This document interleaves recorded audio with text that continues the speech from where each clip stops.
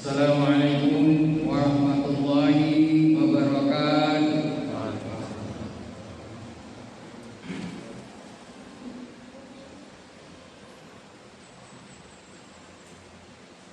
Allahu Akbar.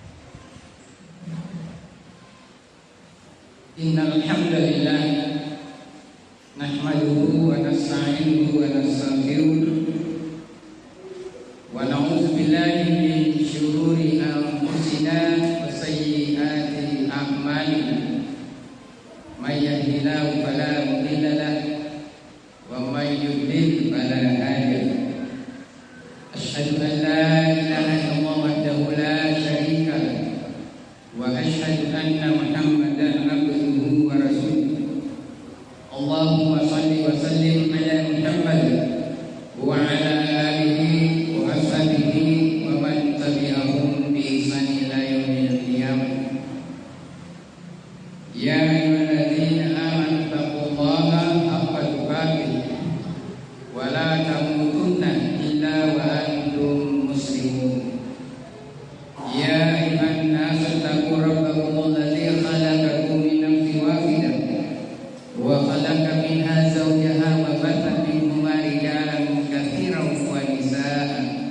wattaqullaha alladzi tasaaluna bihi wal arham innallaha kana 'alaikum raqiba.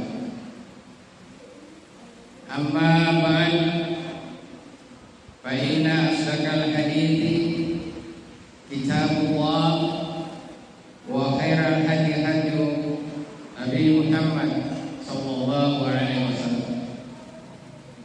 Sebaik-baik perkataan adalah Al-Quran, dan sebaik-baik petunjuk adalah petunjuk Nabi Muhammad sallallahu alaihi wasallam. Jamaah yang dimuliakan Allah Subhanahu wa taala, kami ingatkan dan tentunya kepada diri kami sendiri dan kepada seluruh jamaah salat Jumat yang dimuliakan Allah Subhanahu wa taala. Marilah kita berusaha dan berupaya meningkatkan iman kita, keimanan atau keyakinan kita kepada Allah Subhanahu wa taala yang telah menciptakan alam semesta, langit dan bumi, dan apa saja di antara keduanya. Khalaqas samawati wal ardh wa ma bainahuma. Keyakinan inilah yang harus kita perkuat, bahwa dialah Allah Subhanahu wa taala Sang Maha Pencipta. Tujuannya tidak lain adalah derajat takwa kita kepada Allah juga senantiasa bertambah. Karena kedudukan kita manusia di sisi Allah Subhanahu wa taala ditentukan dengan derajat takwa kita. Inna akramakum indallahi atqakum. Bahwa sesungguhnya orang yang paling mulia di sisi Allah Subhanahu wa taala adalah mereka yang bertakwa. Bukanlah pangkat, bukan jabatan, bukan kekayaan, bukan orang yang banyak hartanya, orang yang memiliki banyak keturunan. Bukan itu yang menjadi ukuran kemuliaan kita di sisi Allah, tetapi adalah ketakwaan kita kepada Allah Subhanahu wa taala. Takwa dalam pengertian yang sangat sederhana adalah melaksanakan apa yang Allah perintahkan dan menjauhi apa yang dilarang oleh Allah Subhanahu wa taala. Jamaah yang dimuliakan Allah Subhanahu wa taala, di dalam Al-Qur'an surah Al-A'raf 179, laqad zara'na li jahannam katsiran minal jinni wal ins lahum qulubun la yafqahuna biha wa lahum a'yunun la yubsiruna biha wa lahum adhanun la yasma'una biha ulaika kal an'am bal hum adall ulaika humul ghafilun. Maknanya bahwa sungguh Allah akan mengisi neraka jahanam dari golongan jin dan manusia. Kenapa? Allah telah memberikan kepada kita otak, lahum qulubun la yafqahuna biha. Kita diberikan otak tapi tidak digunakan untuk memahami ayat-ayat Allah. Diberikan mata tapi tidak digunakan untuk tanda-tanda kebesaran Allah Subhanahu wa Ta'ala.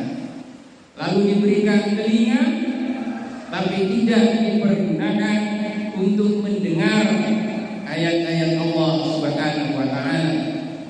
Ulaika kal an'am, mereka seperti binatang ternak, bal hum adall, bahkan lebih sesat dari binatang ternak. Kita tahu binatang ternak juga diberikan mata, diberikan telinga, juga memiliki otak.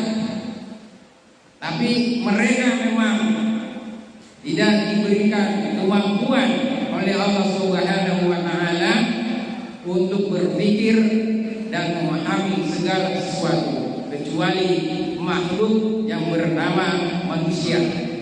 Itulah sebabnya Allah juga mengatakan bahwa manusia adalah sebaik-baik makhluk, sebaik-baik ciptaan, fi ahsani taqwim. Jamaah, ayat-ayat Allah Subhanahu wa Ta'ala ada dua. Yang pertama tentu ayat yang terucap, wahyu, yaitu Al-Quran. Dan yang kedua adalah ayat yang tercipta. Ayat yang tercipta ya termasuk seluruh ciptaan Allah Subhanahu wa Ta'ala. Alam, langit, bumi, bulan, bintang, manusia, hewan, tumbuhan, makhluk yang tidak bisa kita lihat, virus, kuman, bakteri, banyak jenis makhluk yang bisa, yang dapat menyebabkan penyakit, dan juga mereka ada yang tidak menyebabkan penyakit, justru membantu hidup manusia. Tidak semua kuman-kuman yang Allah ciptakan itu merugikan manusia. Ada yang diuntungkan manusia secara sehat jasmani. Keduanya Allah menyuruh kita membaca. Allah sudah memberikan karunia yang sangat besar. Ada pendengaran, ada penglihatan, dan ada otak.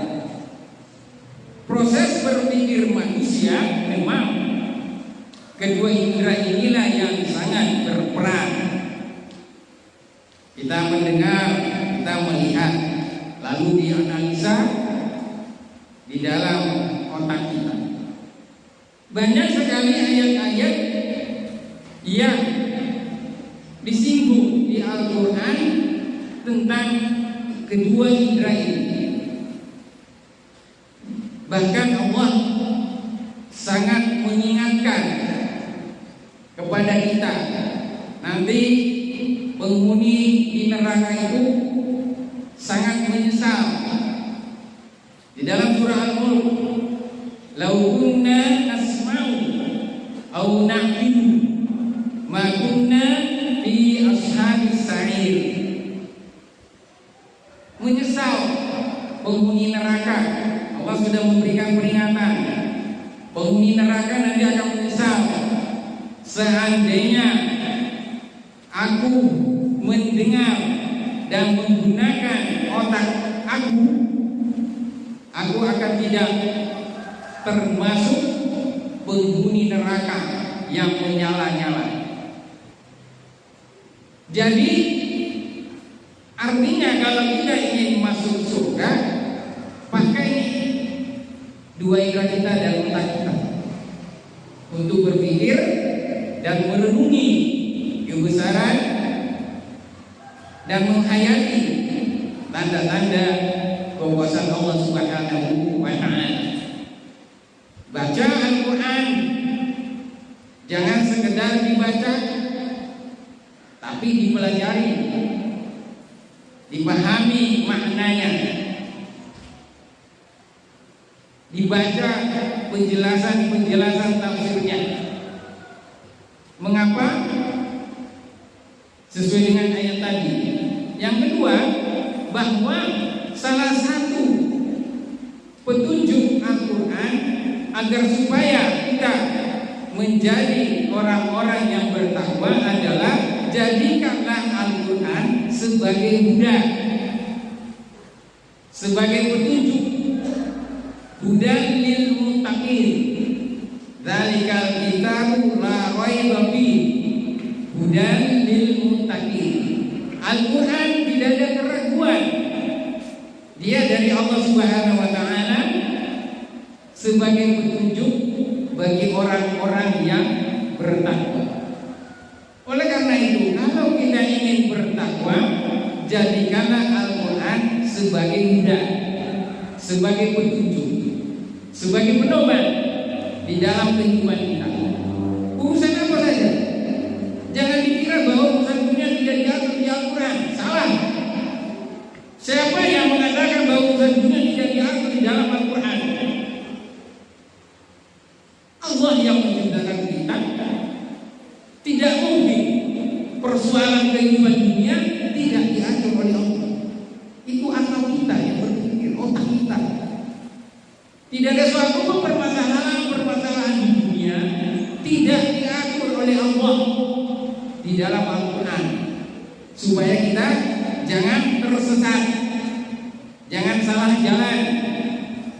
Makanya Allah mengatakan siratal mustaqim. Bahkan kita senantiasa berdoa, ya Allah, ihdinas siratal mustaqim, tunjukkanlah aku jalan yang lurus. Jalan yang lurus adalah Al-Quran, Islam.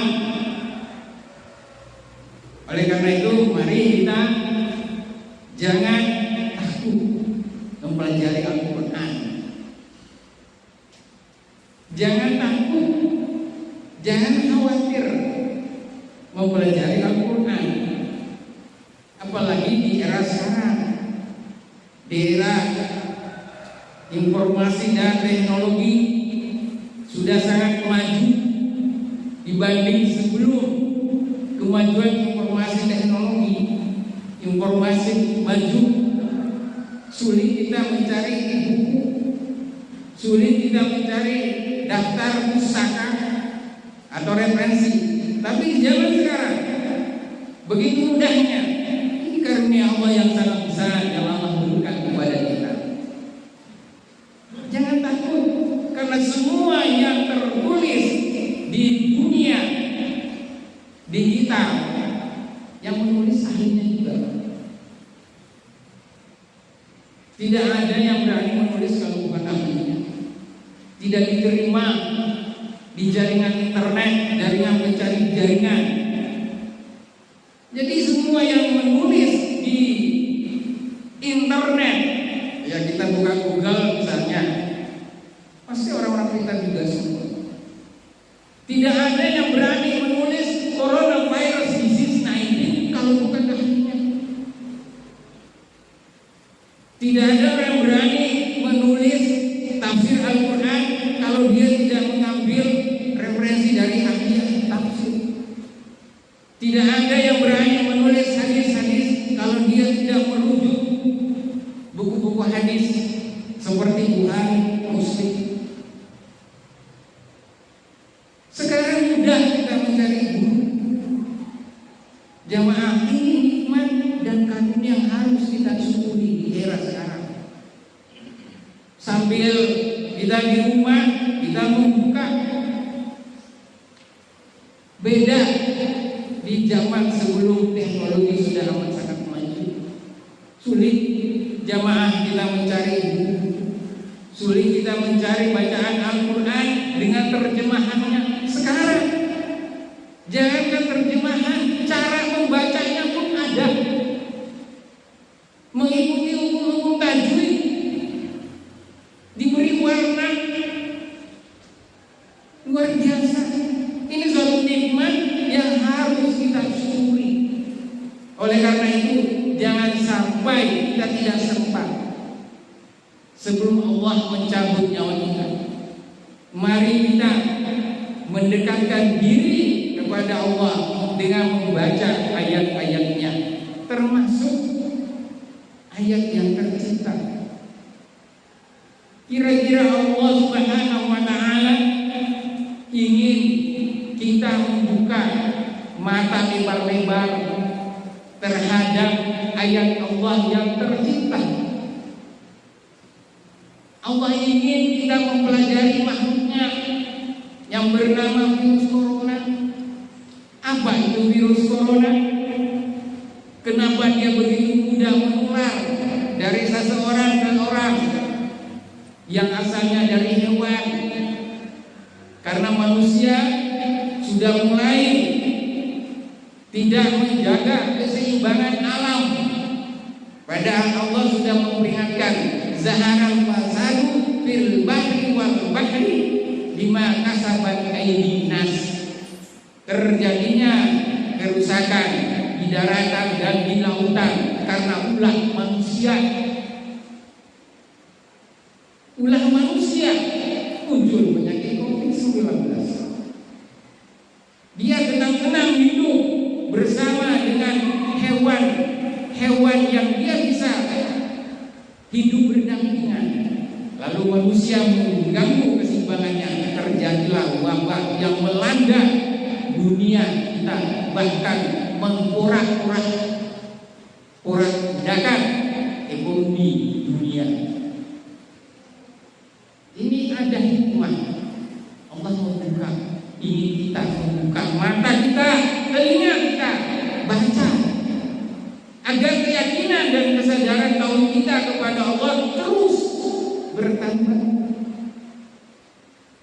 Kenapa virus yang begitu kecil mampu bisa membunuh jutaan umat manusia? Siapa yang menciptakan? Kalau bukan Allah. Sebab kematian banyak. Ada orang mati karena jatuh, ada orang mati karena leper, ada orang mati karena kecelakaan, ada orang mati bom bunuh diri, ada orang mati karena disebabkan penyakit infeksi yang amat sangat menular, yang oleh para ahli menyebutnya coronavirus, lalu menyebabkan penyakit coronavirus disease 19. Allah menyebutkan, innallaha la yastahi ayyadriba mathalan ma ba'udalah fama fawqaha. Allah tidak mampu, tidak segan menciptakan seekor nyamuk, bahkan lebih kecil dari itu. Harus kita yakini seyakinnya ini. Kenapa kita abai? Kenapa kita cuek? Allah memperlihatkan kemahkuasanya. Ketika kalian manusia abai, cuek, tidak mau peduli terhadap wabah yang aku kirim, siap-siap akan banyak berjatuhan korban atau korban. Alhamdulillah, kita bersyukur kepada Allah Subhanahu wa Ta'ala telah memberikan kita karunia dengan otak yang Allah berikan.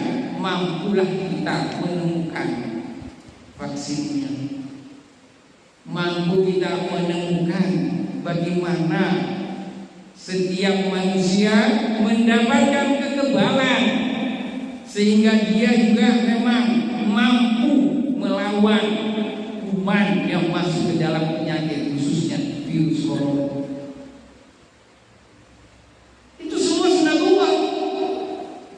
Kehendak Allah Subhanahu wa Ta'ala yang harus kita yakini seyakin-yakinnya, bahwa ditemukannya vaksinasi adalah untuk meningkatkan kualitas proses pertahanan tubuh kita. Karena tidak ada manusia yang sempurna, termasuk sistem pertahanan tubuhnya, tidak ada. Semuanya diatur oleh hukum Allah.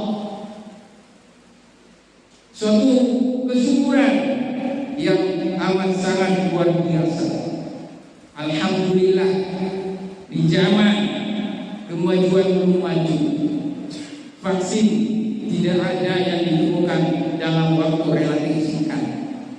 Hanya 1 tahun vaksin cacar Alhamdulillah, dengan izin Allah, semua yang namanya penyakit cacar chicken pox yang menyebabkan bopek sudah tidak ada di muka bumi, diangkat oleh Allah Subhanahu wa taala akibat karunia yang Allah berikan dengan kemajuan ilmu kedokteran di bidang imunisasi dan vaksinasi.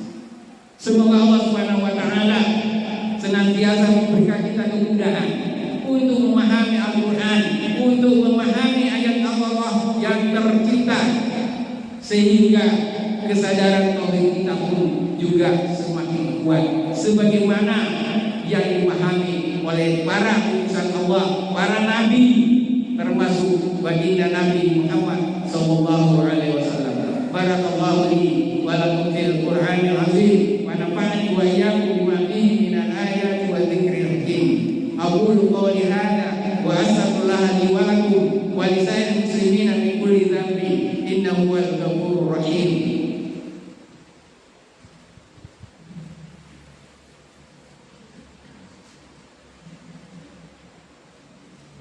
Alhamdulillah hamdan katsiran thayyiban mubarakan fihi. Asyhadu an la ilaha illallah wahdahu la syarika lahu wa asyhadu anna Muhammadan abduhu wa rasuluh wa sallallahu alaihi wa ala alihi wasallam. Ya ayyuhalladzina amanu taqullaha haqqa tuqatih wa la tamutunna illa wa antum muslimun. Ya ayyuhalladzina amanu taqullaha wa qulu qawlan sadida yuslih lakum a'malakum wa yaghfir lakum dzunubakum wa may yuti'illaha wa rasulahu faqad faza fawzan 'azima. Jamaah dimuliakan Allah Subhanahu wa taala, kembali mari kita sama-sama berusaha, berupaya. Di era sekarang tidak ada yang susah untuk mencari ilmu, tidak ada yang menjadi penghalang kita kecuali mohon maaf, memang kalau kita belum mendapat rezeki untuk menyiapkan segala fasilitas untuk memperoleh akses ini. Mudah-mudahan kita semua diberi kemudahan oleh Allah, diberi rezeki sehingga semua manusia mudah memperoleh akses sains dan ilmu pengetahuan, khususnya ilmu Al-Quran dan ilmu hadis. Oleh karena itu kita jangan takut belajar, karena itu tuntutan dari Allah Subhanahu wa taala. Sains, ayat Quran termaktub di dalam Al-Quran. Al-Quran tidak pernah memisah-misahkan ini ayat Al-Quran, ini ayat Allah, ini adalah ayat-ayat ciptaan Allah. Tidak pernah dipisah. Ada berapa ayat yang berbicara ayat ilmu pengetahuan yang disebut di dalam Al-Quran? Jauh lebih banyak dari itu. Jamaah yang benar.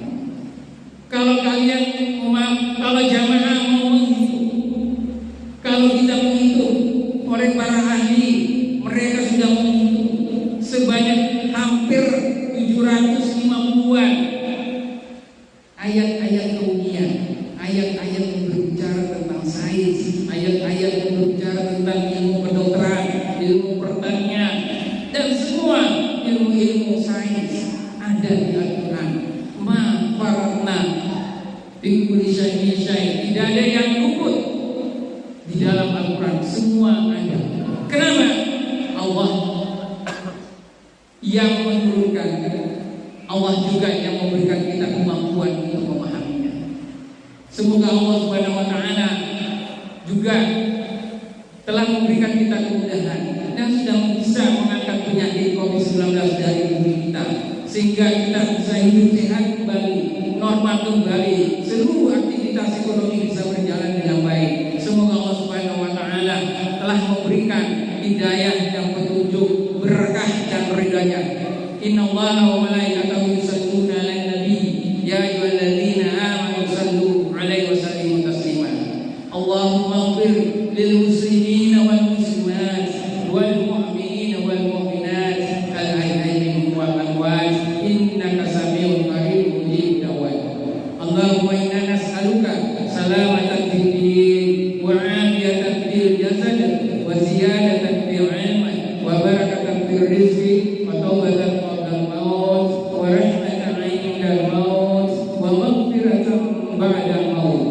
اللهم اهون علينا في سكرات الموت والنجاة من النار والعفو عند الحساب ربنا لا تزغ قلوبنا بعد إذ هديتنا وهب لنا من لدنك رحمة إنك أنت الوهاب ربنا